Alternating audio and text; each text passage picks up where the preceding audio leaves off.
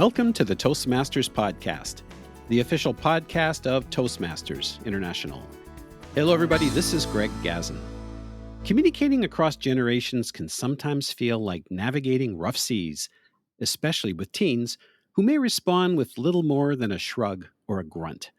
Fortunately, our guest today is here to help us steer through those choppy waters with confidence and empathy. Alice Shikina is a mediator and negotiation communication coach. She mediates divorces, workplace conflicts, and family conflict, and uses her 2 decades of theater training in acting and directing in her work as mediator. Some of you may remember Alice from last year's 100th anniversary Toastmasters International Convention, where she presented an educational session on conflict resolution. In June of 2025, she received the Peacemaker Award from community boards in San Francisco for all the mediation and conflict resolution work she has done for the City by the Bay. She's the author of Negotiating with Your Kids and is currently working on her second book, Don't Sleep on the Couch, Negotiating with Your Spouse. In her free time, Alice rows on a rowing team and plays violin in a community orchestra. She has 2 boys, 17 and 20, and currently lives in Oakland, California. Alice also penned the May 2025 issue of the Toastmaster Magazine article entitled Tips for Communicating with Your Teen, Using Effective Talking and Listening Skills Benefits Both of You. Alice Shikina, welcome to the Toastmasters Podcast. Thank you, Greg. It's a pleasure to be here. Fascinating article and timely because I have a friend who has a son who just turned 13, and what I read just hits all the check boxes. And I also quickly realized that much of your advice can be used way beyond the parent-teen interaction, and we're certainly going to touch upon that. I'm excited about the conversation.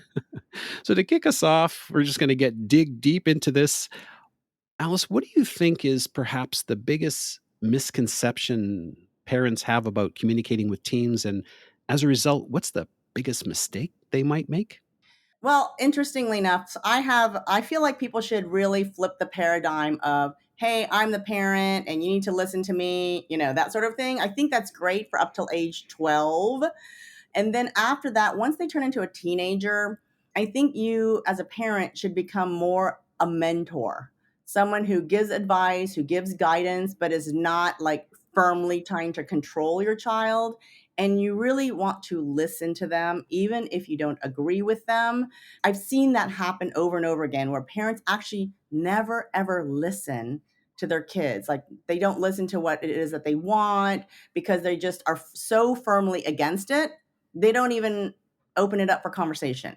And that's when your child is going to feel isolated from you because they're going to start to feel like, my mom or my dad really doesn't care about what I think, what I feel, what I want. So then they're going to shut down. And that's going to be with anyone, but particularly with your teenager. So tell us a little bit about this transition from tween to teen. It's not just an age, but it's a mindset. Yeah, so it's not even just a mindset. They're at the age where they're trying to figure out what do they believe in, right? They're not just going to be a mini replica of their mom and dad. They're trying to figure out what their beliefs are and their values are in the world around them. They have friends who are also influencing them and as a matter of fact, at that age, I feel like their friends have more of an influence on them than their parents do. And so because they're trying to slowly, it's kind of like that cocoon phase where they're going from completely feeling like mom and dad are gods, like, okay, everything you say and do must be the way it is. Now they're discovering the world. And then eventually outside on the other end of that, when they're 20, 21, they're going to be, adults that have their own values, own beliefs, that sort of thing. And so that teenage time is really when they're pulling away. And so if you try to hold on to too much control, you end up losing the connection. The connection is really what you should strive to keep as a parent and do what you can to keep that connection. And so one of the ways to keep that connection is to keep the avenues open to listening. So you don't want to spend a lot of time during this time to say, hey, you need to do this, you need to do that. Let me lecture you. Let me tell you like it is, right? And start to spend more time learning about what their thoughts are. What are their feelings? What do they enjoy? Why? What are the values that they espouse, that sort of thing. So I think that you can do that. And so you relinquish a little bit more control. You stop telling them what to do. You mentor them and you listen. You mentioned in the article, you say guidance, not orders. And I think that's very effective, or I think that makes a lot of sense. Yep.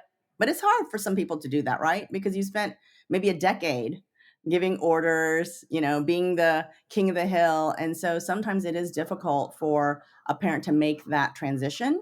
And so if you are clumsy about making that transition, then you end up losing the connection.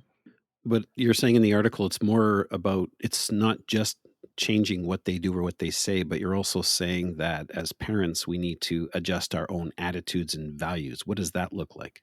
So it's more attitudes. I wouldn't necessarily that you need to change your values, right? The attitude should be, I want to learn more about this human being who happens to be my child.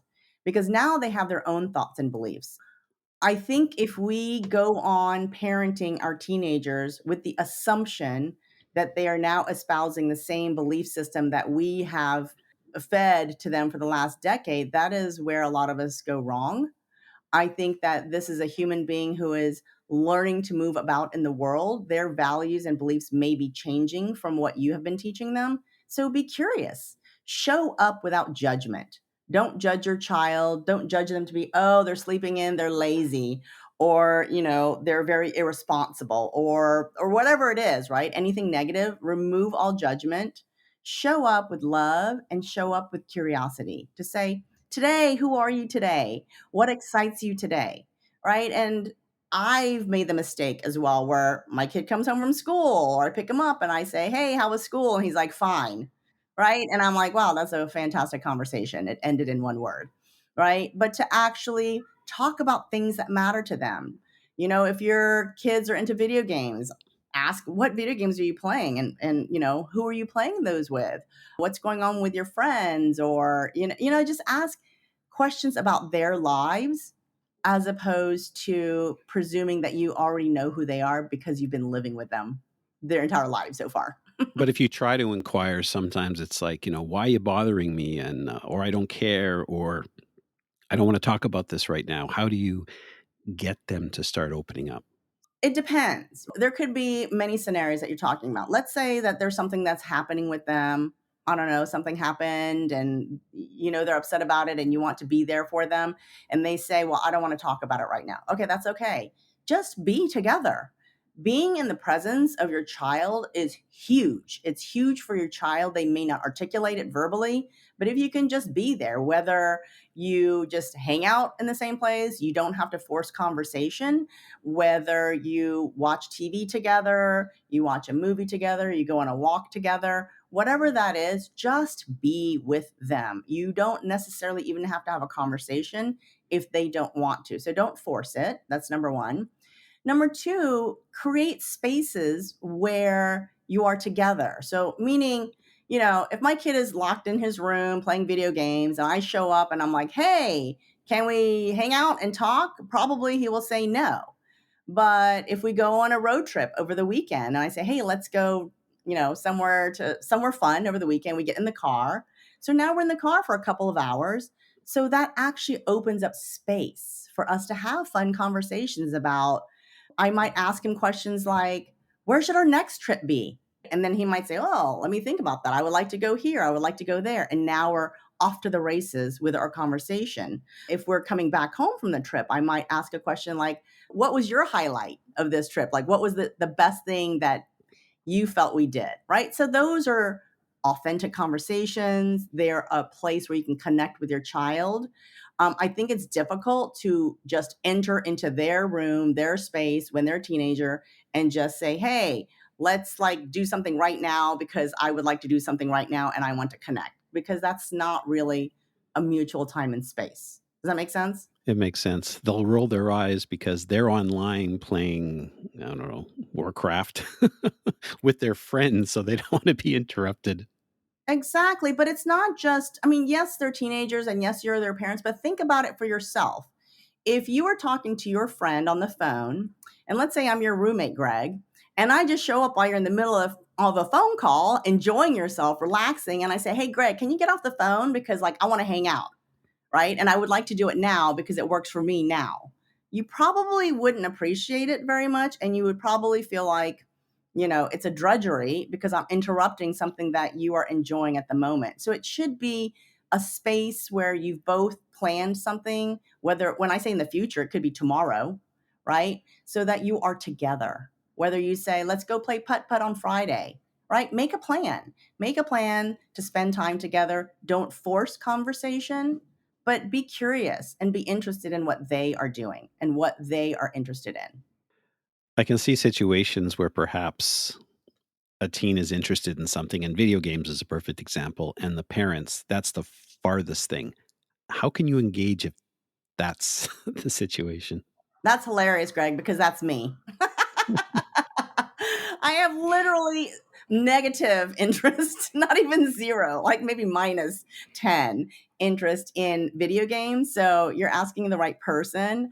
So there are parents who will get on the video games, say, hey, let's play video games together. Great. If you can do that and stomach it, go for it.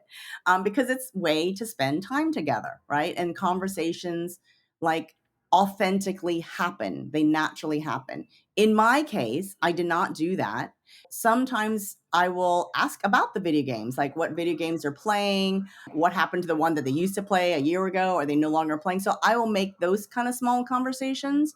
But because I don't have the deep knowledge about that video game, there's only so far that I can go.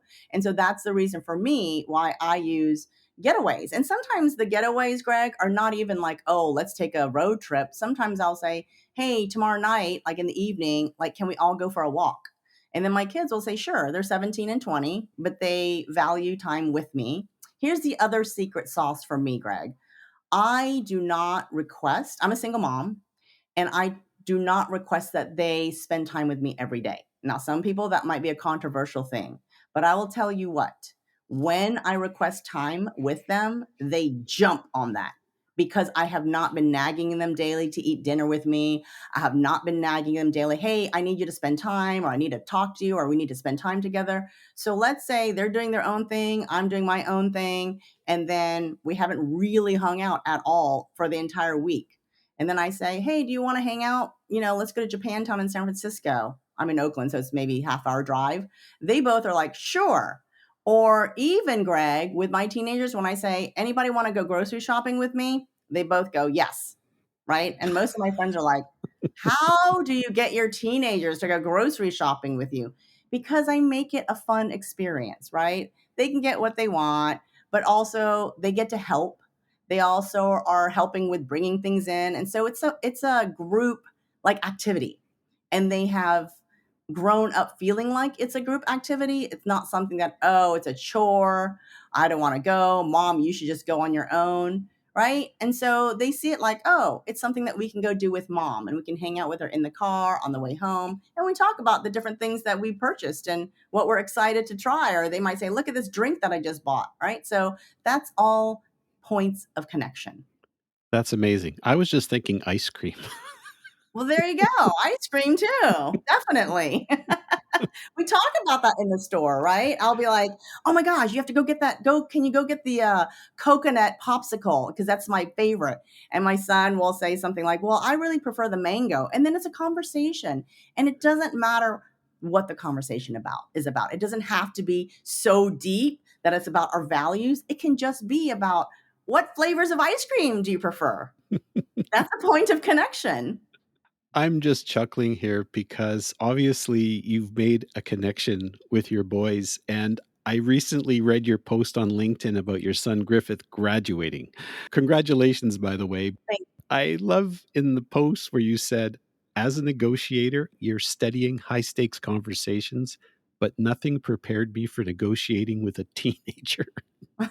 I know, it's really especially one that has grown up in my household, listening to all my negotiation podcasts and my classes, and now they're better than me. And that's the other thing too. Here, I want to talk a little bit about that. I'd love to talk about this, why you should negotiate with your teenager. A lot of people are like, no, no negotiation. I'm not going to be held hostage by my teenager. But this is what I like to say to that comment. You are teaching your children how to negotiate with every single opportunity that you afford them to negotiate with you. If you allow them to negotiate a lot with you as their parent, when they go away as an adult, they will be master negotiators. They will get ahead in life. They will get all the best deals. You have to negotiate purchasing your home. You have to negotiate getting a job. You have to negotiate buying a car, and on, right? If you have a household where you say, I'm the parent, you're the child, I am not going to allow you to negotiate anything with me, I'm going to call the shots, you're actually hindering your child's ability to become a master negotiator. They will go out into the world and they will not know how to negotiate very well. And so they will flounder, and they could flounder for decades. I run into people who have just found their feet in negotiating in their 50s because they really never were taught how to negotiate as a child. Hmm. They probably don't realize that they've always been negotiating. When you say bedtime is 10 and they say, "Mom, how about 10:30?" Yep. They're already negotiating. Yes. I mean, they even learn to negotiate out of like penalties, right? So if I take away something, my son will come back and say, okay, I would like my privileges back. And I'm happy to do extra X, Y, and Z in order to get those privileges implemented back earlier. And I'm like, okay, fair enough. This is a fair negotiation. If you want to do additional work to get these privileges reinstated earlier, I'm up for that. Hmm. Was there a point where you realized, when obviously when you first started out, there was a lot of trial and error. Was there a point in time where you realized, you know what, this works, this doesn't work? So one of the things that I love that works so well is the two choices, is giving the other, and this can really be with anyone, not just your children, but it works spectacularly. So you want to come up with two options for the other person, and you want to make sure that you do not favor one or the other. That's where people go wrong. They offer two and they favor one. Well, guess what? Probably the one that you don't favor is the one that's going to get chosen, and you're going to feel like, oh, wow, this is not what I intended. So you want to make sure that emotionally you're not attached to either option, and you want to have a little bit in it for you and a little bit in it for them for each of the options. When I do that with my kids love to argue. Guess what? The arguing just stops, doesn't even happen when I give them the two options. Can you give me an example of that? I'd love to hear one. Happy to. Probably when my older son was about maybe 16, so 3 or 4 years ago, we had a new kitchen and he wanted to invite his friends. He loves to cook, and he cooks like amazing food, right? Like just restaurant caliber, fine dining type food. I said to him, I have one rule. The rule is kitchen should look just like it does when you start it, clean. So he said, great. So he invites two friends. They cook. I leave for the evening, and I come back in the morning. And then I'm ready to make breakfast for some friends coming over. And there are dishes left in the sink. So I went and woke him up at 7 a.m. And he started in on all the reasons why the dishes weren't done. He says, well, I did 95% of it. You have no idea. We spilled flour all over the floor, and the cake spilled over in the oven. He said, I was up until 3:30 in the morning cleaning the kitchen after my friends left. And he said, I was so dog tired. I felt like the dishes were just a small piece of what I actually did. Then he additionally made the argument of, if you can't tell that I cleaned, he's like, that's how good I cleaned, because it was a complete disaster area. So we could have gone to the races with that, right? I could have argued. So I caught myself and I stopped myself and I said, okay, I'm going to give you two options. Option number one, you prioritize sleeping in right now. Totally fine. I will go do the dishes. I will not hold a grudge. And in that option, you also are going to relinquish your privilege of having your friends come over to make dinner in our kitchen. So that's option one. Option two, you keep your privilege to invite your friends over and you clean the dishes right now. He glared at me and he got up and he went and cleaned the dishes. I think that was a little stacked in your favor. But it has right? Like I gave him a little bit, which was, you either prioritize sleep or you prioritize the privilege. It was his to choose. And for me, it's same thing. I either would have done the dishes that morning myself or he would have done the dishes, right? A little bit in it for me, a little bit in it for him. He just gets to choose what is more important for him. Obviously, Alice, you've had some success with your teens, but I'm curious, how do you deal with teenagers who think they know everything and will listen to nothing? Well, isn't that what teenagers are supposed to do? That's true. I mean, as teens, weren't we all that way as well? I don't know that we can ever change their mindset. We can change the way we communicate with them. We can change the way that we negotiate with them. We can bring data to the table. But attitude wise, in terms of teenagers thinking they know everything and that their older parents are fuddy duddies who don't know anything, I don't know that we can actually change that attitude. But we can change the communication around it. Yeah, you're old fashioned. That's what they say. You're old fashioned. So, what about in a situation where there's been this ongoing, we'll call it, for lack of a better term, we'll call it a debate, but at some point, both parties just seem to shut down? What do you do then?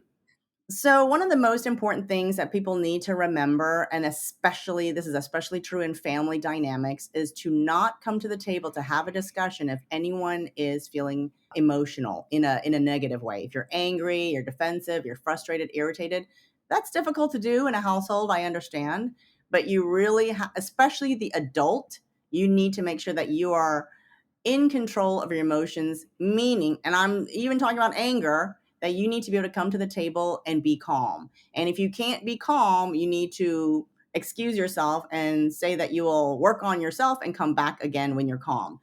Now, if your child is the one who is being frustrated and angry, you need to de escalate them. You can do it in a couple of ways. You can either say, hey, we can just come back to this conversation when you feel a little bit calmer. You can do that. Everyone just takes time out. Or you can employ the mirroring strategy, which is when you mirror back whatever it is that you heard your child say. So, in the instance that I just talked about my son, I could have said, okay, let me make sure that I understand what you're saying. You're telling me that your friends left and then you cleaned up the kitchen until 3:30 in the morning. You told me that flour was all over the floor and that the cake was spilling in the oven. So you had to really do a lot of cleaning on the floor and the oven. And it was so much cleaning that you had to do that the dishes that are left in the sink are just a very small portion of what you actually cleaned. And you feel like you did such a good job that the kitchen actually does look exactly like it did. Is that correct? Right? You see how I just basically Hmm. mirrored back everything that I heard. Right. And so that will de-escalate whatever the person is feeling if they are feeling highly emotional, because they will suddenly feel like, okay, you listened to me and you heard me. That makes a lot of sense. Yeah. I found it fascinating that when we're talking about frustration, let's say from the perspective of the parents, instead of saying, I can't deal with this right now, go to your room, you say, give me a minute, I'll be right back, or I can't respond right now, I need a timeout. That you put it on yourself. I found that very, very powerful, and also something that I think many parents probably can't do or have never done. So it's interesting because when you say go to your room, and you're the one that's upset, but you're Hmm. telling your child to go to your room. I understand it. People might feel like, oh, it is a power play, right? You're the one that's the person with the power, so you can call the shots. But I want people to also remember you are modeling behavior for your child. So that means whatever bad behavior you're modeling, they're going to pick up on that and they're going to execute on that when they're in other relationships. So if you are modeling, I am an adult who can't handle my emotions and can't acknowledge that I am the one that needs a timeout, your child is going to similarly start to model that same behavior where they also do not want to acknowledge their own shortcomings and where they are at fault. So you want to model good behavior, and it's not a weakness to say, okay, I was wrong, I'm sorry, or you know what, I'm the one that needs a timeout. Let me just retreat to my bedroom. I will be back in 10 minutes when I can calm myself down.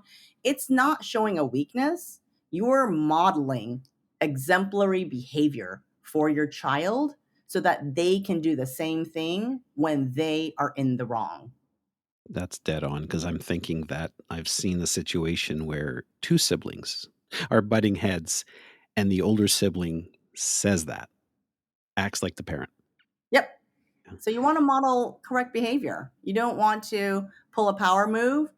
and model bad behavior, because I guarantee you your child will be doing the same thing with someone else. Now, of course, you don't want to stay negative, but in the article, you also mention resist being overly positive. What are some of the words that you should or shouldn't use? Okay, this is really wonderful. I'm glad you brought this up because this kind of comes full circle to the comment of listening to your child. So if your child says something like, I hate my math teacher, sometimes parents might come to the teacher's defense, right? And say, your teacher's doing the best job and you shouldn't be, mean like that, or, whatever it is. Instead, really try to understand deeply why your child is saying that. I mean, the first thing that I would think of is say, why do you hate your math teacher? And then you will get answers. And then you can ask more questions. Always leave an avenue where you can continually ask deeper and deeper questions, because the minute you counter and say, well, you shouldn't hate your math teachers, that's not nice, you are now shutting down your own curiosity, and you're also shutting down a point where you can connect with your child, right? Because they're opening up to you about something. They're making an offering. Okay, I hate my math teacher. Here's an offer for an opening of a conversation. If you shut it down, you now have lost connection with your child. It's like they called you on the phone and you hung up on them. So you want to think of comments when your kid brings a comment to you, whether you like their attitude or not. Be curious about that comment. Oh, why? What happened? Like, did you like them to begin with? What is it? Did they say something to you? Are they not explaining things properly to you? Like, what are the reasons that you don't like this person? And then really dig deeply and then have a conversation from there. You don't want to just shut it down by saying, that's an inappropriate comment. Then you're shutting down the point where you can actually connect with your child. And if you do that enough times, your kid is going to get the message, oh, my feelings and my thoughts don't matter, because every time I try to bring it up with my mom or dad, I get shut down. So you're imposing your beliefs on them and you're not going for that clarification, which is what you need. Yes. And that's the same with everyone, right? Like other adults. If other adults are saying things, be curious. Always be curious about comments that come your way. Or if someone is not wanting to do something, right? You say, hey, you have to do this. And they're like, I don't really want to do it. And instead of arguing with them why they should do it, you want to find out like what's causing the resistance, right? Like, why are you not wanting to? And I'm using the word why, but I always coach people try to change those questions into how and what questions, because why usually makes people defensive. It's easier to get past the defensiveness if you can change those why questions and reframe them using how and what. How and what? Yeah. Okay. So, of course, there's different methodologies and frameworks. In fact, in the article, you make reference to Marshall Rosenberg's nonviolent communication framework. Can you give us sort of a sneak peek as to what that's about and how does it apply to teens? Yes, it's wonderful. I love the nonviolent communication. I do feel like a lot of people might be missing out because they feel like, well, I don't need to read a book about nonviolent communication because I'm not a violent communicator. However, I think this is a wonderful framework for everyone to use because it really aids in connecting people. So we connect where we are vulnerable. And I know that when there's power involved, whether it's an employer to an employee or a parent to a child, right? The person with the power does not want to show that they're vulnerable. However, that is the point where you actually make authentic connections with someone. So the 4 steps that he talks about is number one, you state a neutral observation. Like, for example, when you leave your clothes, your clean clothes on the floor for 3 days, right? That's neutral. Hmm. I didn't say when you act like a slob, that's judgmental. When you are lazy and don't pick up your clothes, right? That's again judgment. So you want to make sure it's a neutral observation. Step two is letting them know how it impacts you emotionally. I feel, and what's the emotional word? I feel frustrated. I feel sad. What are the things that you are feeling? And then step three is what is the need for you emotionally? I need to feel like satisfied. I need to feel happy. I need to feel relaxed. What are the things that you need emotionally? And then finally, step four is the request. Could you please pick up your clothes like once, your clean clothes, can you please fold them and put them away within the same day that they get dropped into your room or within the same day that you wash and dry them, right? So the request is coming not until step 4. Step 2 and step 3 are talking about your emotions, which a lot of people either find to be too vulnerable or they're literally no longer tapped into their emotional life and can't figure it out. When I work with people, a lot of times it takes 20 minutes for them to figure out how they feel emotionally about something. But it's really important because if you can show them, hey, this is how you're impacting me emotionally, that is a point of vulnerability. And when people show vulnerability, that is where they can make the connections. That's a good framework to look at. We have hardly just scratched the surface in terms of the content in the article and the topic. Folks, if you've enjoyed this episode, I encourage you to share it with your friends and family. You can find the Toastmasters podcast at toastmasterspodcast.com, toastmasters.org, Apple, Spotify, and anywhere you get your podcasts. And don't forget to check out Alice's article, Tips for Communicating with Your Teen, Using Effective Talking and Listening Skills Benefit Both of You, in the May 2025 issue of the Toastmaster Magazine. Alice, I've just found this absolutely fascinating, and everything you've said today not only can apply to teens, but can also apply in the outside world. And I'm even thinking about even new members that come into Toastmasters who are shy or introverted or a little bit apprehensive. This type of methodology can certainly help on having the clubs understand their needs better and to help them gain what they want to gain from Toastmasters. Absolutely. And even when they're having conflict with members, they can just ask questions, be open, be non judgmental, and be curious. And if you can at least follow those guidelines, you will be able to sort it out. And you know what I like to say, Greg? I like to say that conflict resolution is easy. Finding the source of the conflict is difficult. Once you find that source that's causing the conflict and understand, oh, this is really the issue, then you can resolve it. Most of the time, people jump to trying to resolve the conflict without really deeply understanding what's really going on, what's really upsetting the person, because it's deeper than what they say it is, right? Because more than likely, they're not being vulnerable and sharing what really the issue is. So they're making it about slightly something else. So once you ask a lot of questions and understand really deeply on a very deep level, oh, this is what's causing the conflict, this is what's making someone unhappy, resolving that is going to be so much easier. Sage advice. Before we wrap up, Alice, perhaps you could tell us a little bit about the podcast you have, because of course, podcast is of interest to the Toastmasters podcast, and also let us know perhaps if someone wanted to reach out and find out a little bit more about what you do.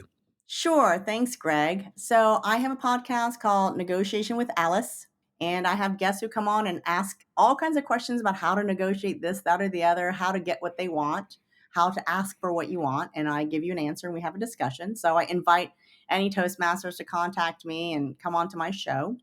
And I am also offering a communication class starting in September. You can find it on shikinanegotiationacademy.com. And it is a Fluent in Influence course. And we talk about negotiation and communication skills so that you can get more out of your life. We'll certainly put that information and the links into the show notes. Alice Shikina, thank you so much for taking the time to speak with us today on the podcast. Thank you so much for having me, Greg.